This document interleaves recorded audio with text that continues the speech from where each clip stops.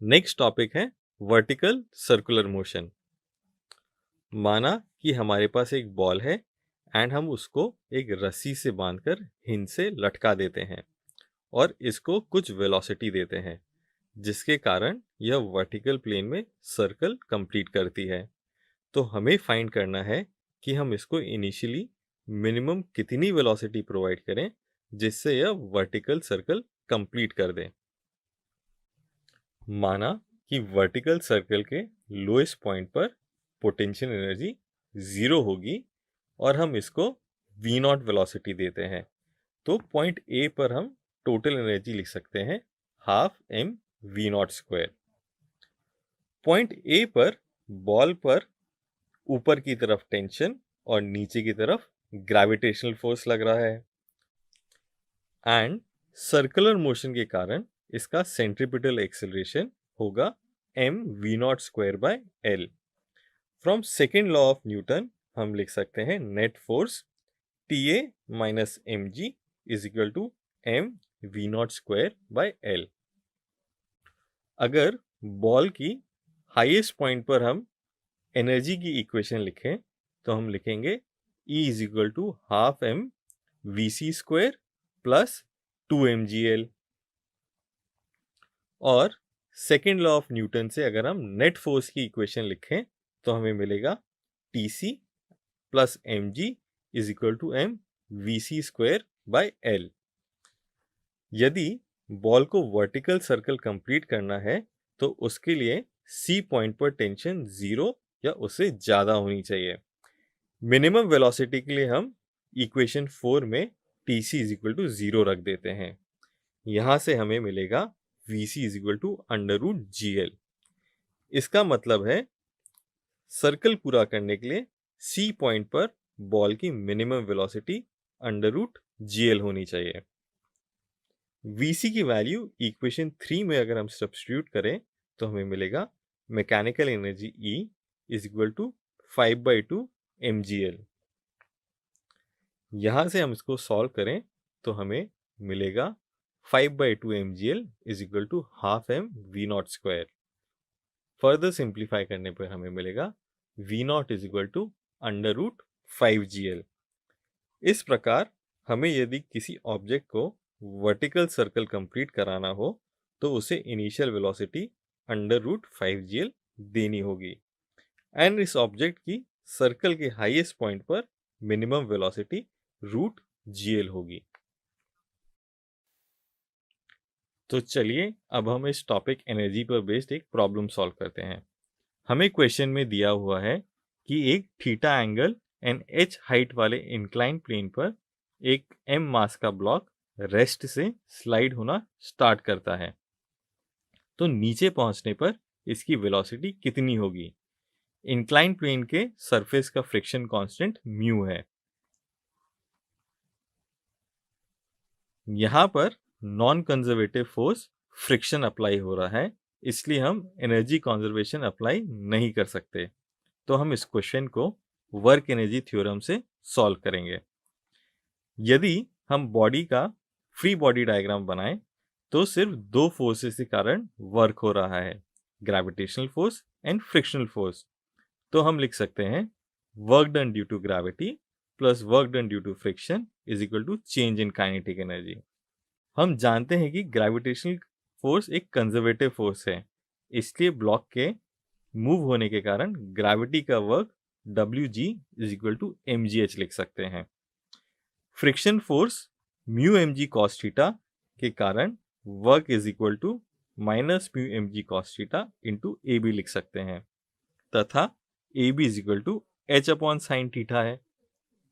So WF is equal to minus mu mg h cot theta. So from work energy theorem we can say delta K is equal to mgh minus mu mgh cot theta. Initial velocity 0 है तो इसलिए हम लिख सकते हैं half mv square minus 0 is equal to mgh into 1 minus mu cot theta. So finally we have v is equal to under root 2gh into 1 minus mu cot theta. Topic 11P0 6.2 energy की summary कुछ इस प्रकार से है। इस summary को आप अपनी नोटबुक में लिख के याद रख सकते हैं।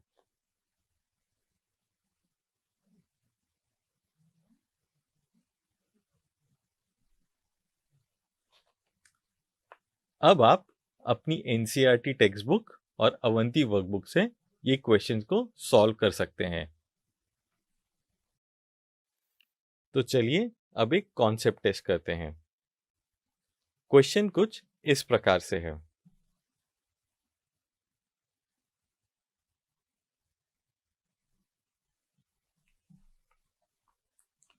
यहाँ पर इस वीडियो को अब आप 2 मिनट्स के लिए पॉज करें और इस क्वेश्चन को खुद से सॉल्व करने की कोशिश करें।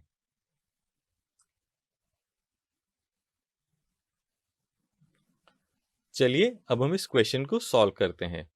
सॉल्व करने के लिए हम सबसे पहले लिफ्ट का फ्री बॉडी डायग्राम ड्रॉ करते हैं। यहाँ पे हम देख सकते हैं लिफ्ट पे एक mg फोर्स नीचे की तरफ लग रहा है due to gravity and force of friction के कारण एक फोर्स लग रहा है ff। लिफ्ट को ऊपर पुल अप करने के लिए एक फोर्स F लग रहा होगा जो कि mg plus force of friction के बराबर होगा। हमें क्वेश्चन में दिया गया है कि लिफ्ट 2 मीटर पर सेकेंड से मूव कर रही है। तो हमारे पास नेट फोर्स जो लिफ्ट पे लग रहा है वो ये आ जाएगा विच इज 22,000 न्यूटन्स। अब हमें पता है power is equal to force into velocity. Force हमें मिल गया है और वेलोसिटी हमें क्वेश्चन में दी है 2 मीटर पर सेकेंड। वैल्यू सब्स्टिट्यूट करने पे हमें मिलेगा पावर इज इक्वल टू 44,000 वाट। अभी हमें क्वेश्चन में हॉर्स पावर में भी इस पावर को निकालना है। तो 746 watt is equal to 1 HP। तो हम इसको सब्स्टिट्यूट करेंगे, हमें मिलेगा power is equal to 59 HP।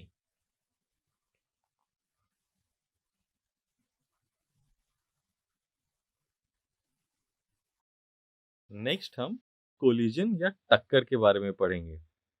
Collision basically 3 types के होते हैं: elastic collision, completely inelastic collision and inelastic collisions. सबसे पहले हम पढ़ेंगे इलास्टिक कोलिजन्स के बारे में। किसी भी प्रकार के कोलिजन में सिस्टम में कोई एक्सटर्नल फोर्स नहीं लगता है, इसलिए सिस्टम का मोमेंटम हमेशा कंजर्व रहता है।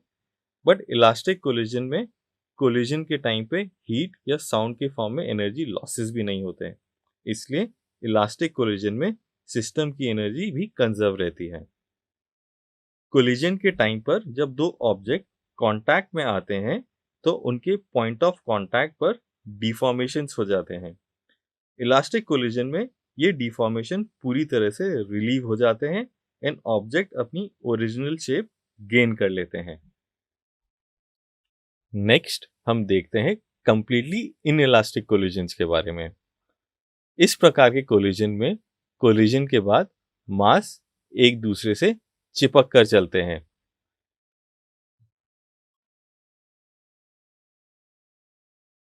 इस प्रकार के कोलिजन में भी सिस्टम का मोमेंटम कंजर्व्ड रहता है, पर कोलिजन के दौरान एनर्जी के लॉसेस होते हैं हीट या साउंड के फॉर्म में। तो हम कह सकते हैं इनइलास्टिक कोलिजन में टोटल एनर्जी कंजर्व्ड नहीं रहती, पर टोटल मोमेंटम कंजर्व्ड रहता है। इनइलास्टिक कोलिजन के टाइम पर जो डिफॉर्मेशंस क्रिएट होते हैं वो बिल्कुल भी रिलीव नहीं होते, इसी कारण से ऑब्जेक्ट चिपके हुए चलते हैं। अब कोलिजन का लास्ट टाइप है इनइलास्टिक कोलिजन। यह elastic and perfectly inelastic collision के बीच की सिचुएशन है। नेचर में मोस्ट ऑफ द कोलिजन इसी टाइप के होते हैं।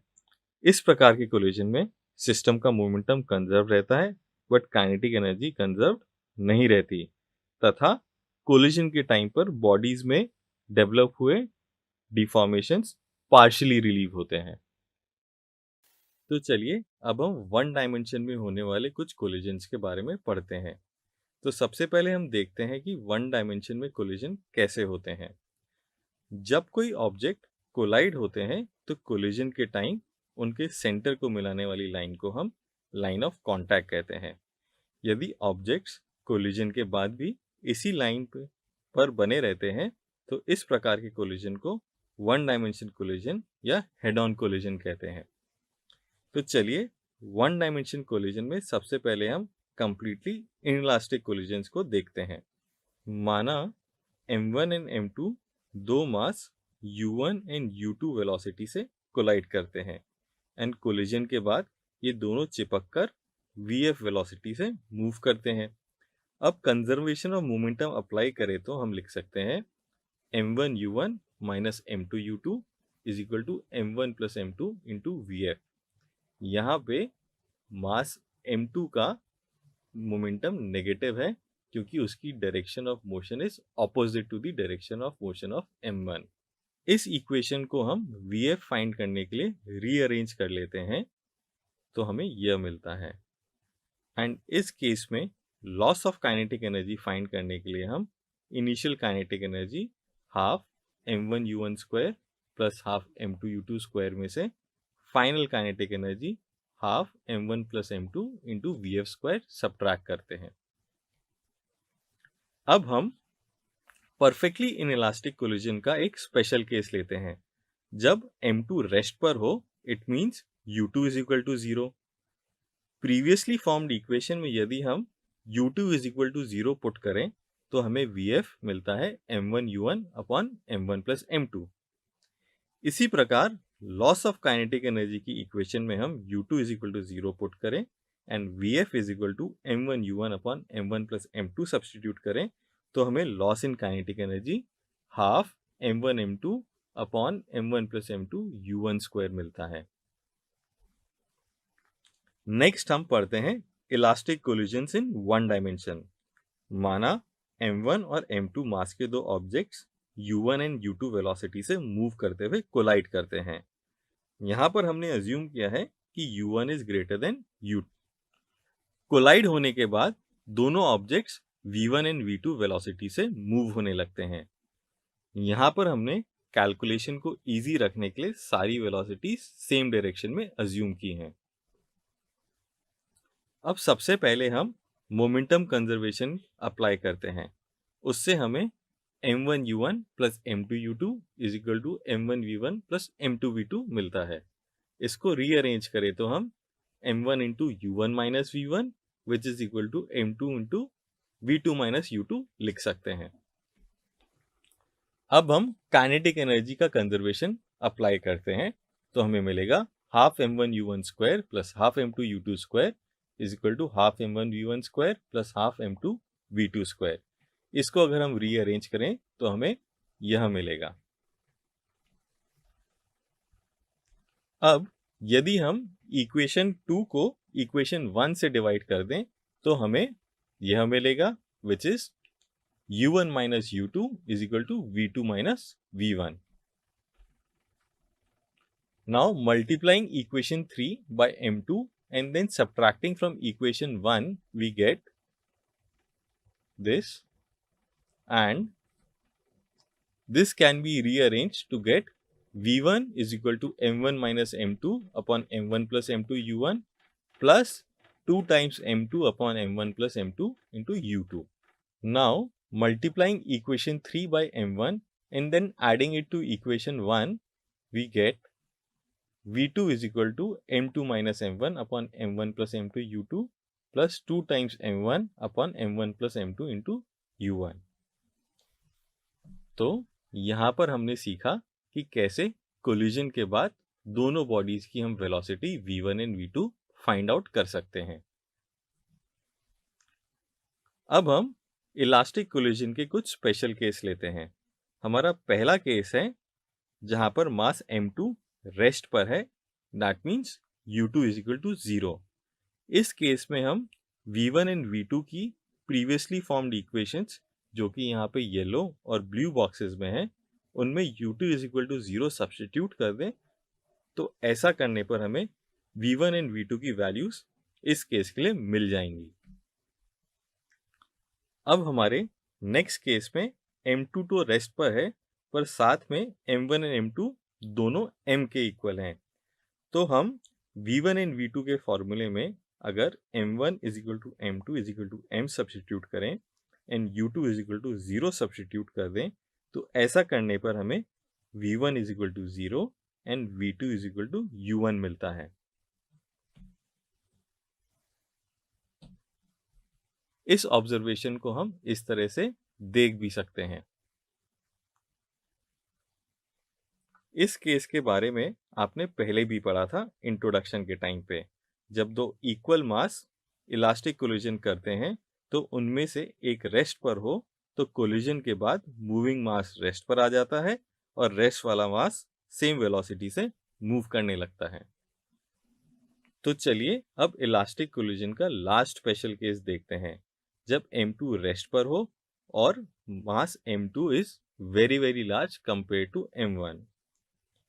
इस केस में हम m1 को नेग्लिजिबल मान सकते हैं और ऐसा करने पर हम v1 की वैल्यू लगभग माइनस u1 के बराबर मिलती है एंड v2 की वैल्यू लगभग 0 के बराबर मिलती है। अर्थात हम ये कह सकते हैं मास m2 लगभग स्टेशनरी रहेगा कोलिजन के बाद। हम इस एनिमेशन के द्वारा भी इस चीज को क्लियरली समझ सकते हैं।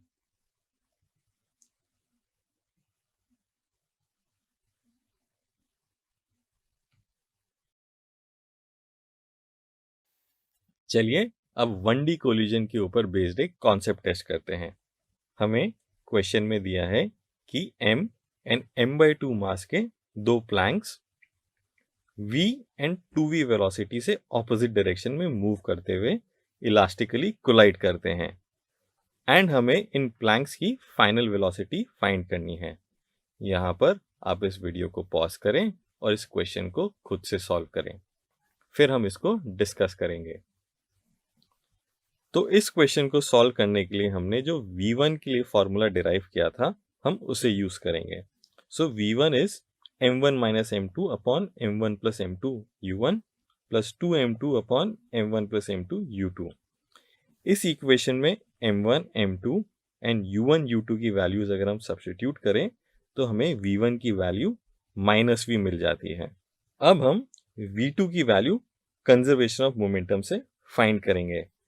तो m1 m2 u1 u2 and v1 की वैल्यू सब्स्टिट्यूट करने पर हमें ये इक्वेशन मिलती है, जिसको सॉल्व करने पर हमें v2 is equal to 2v मिल जाता है। वन डायमेंशन कोलिजन पे एक और कॉन्सेप्ट टेस्ट करते हैं। क्वेश्चन कुछ इस प्रकार से है,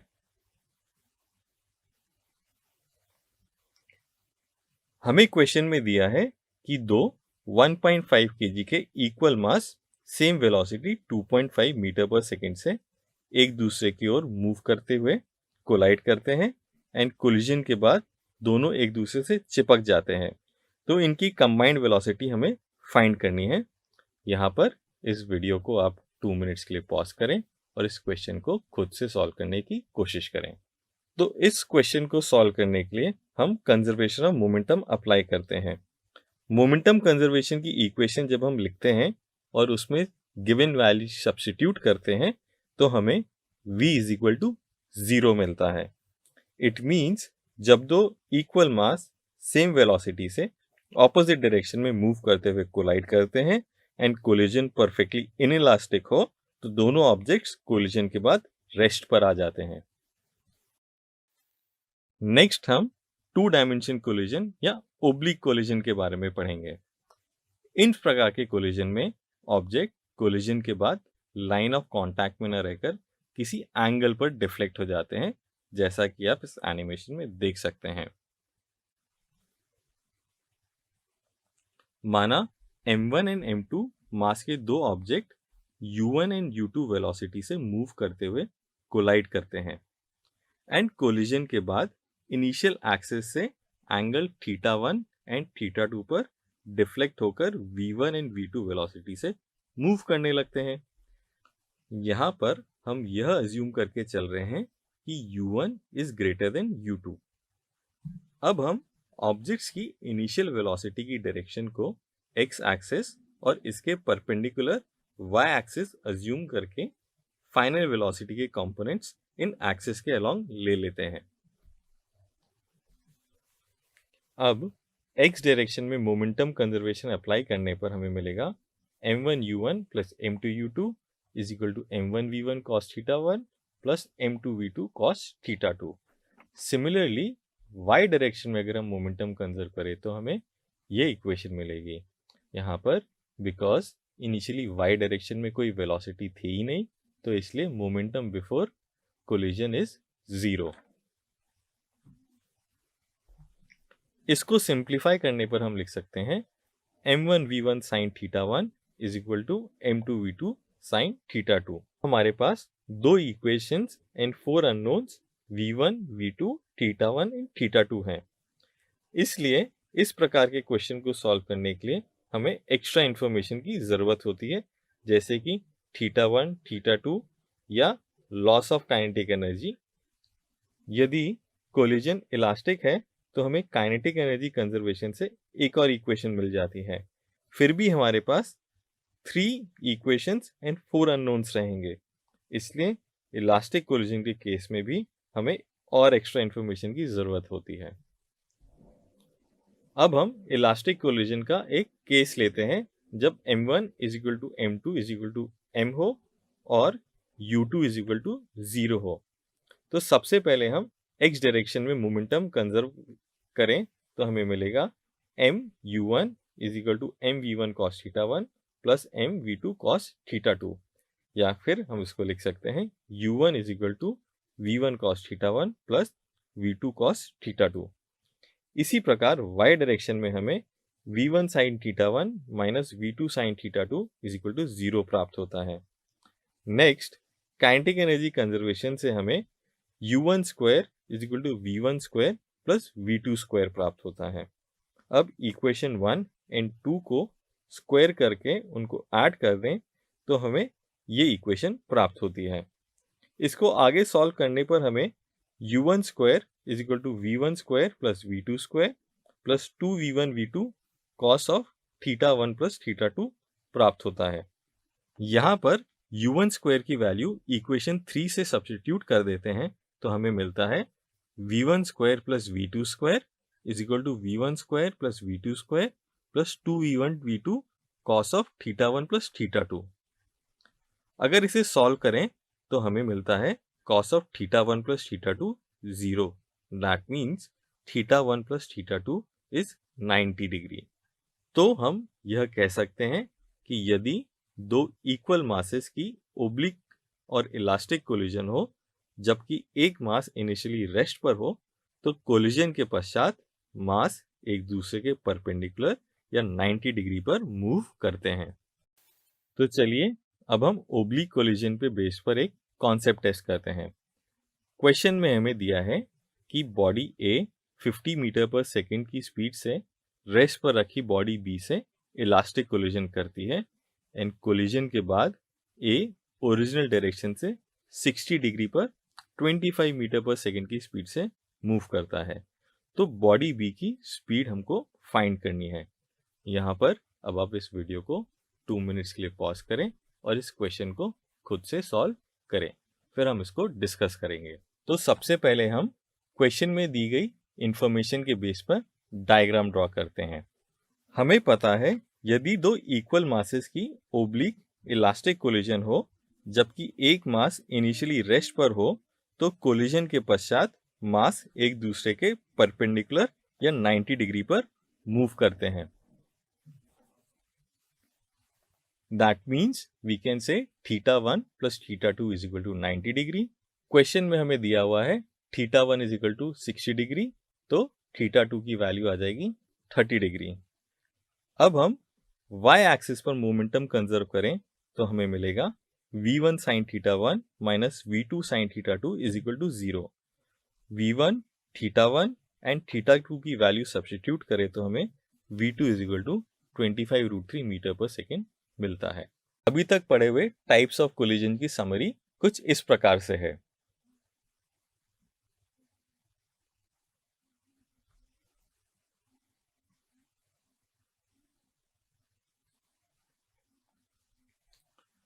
अब आप एनसीईआरटी और अवंती वर्कबुक के ये क्वेश्चंस को सॉल्व करेंगे।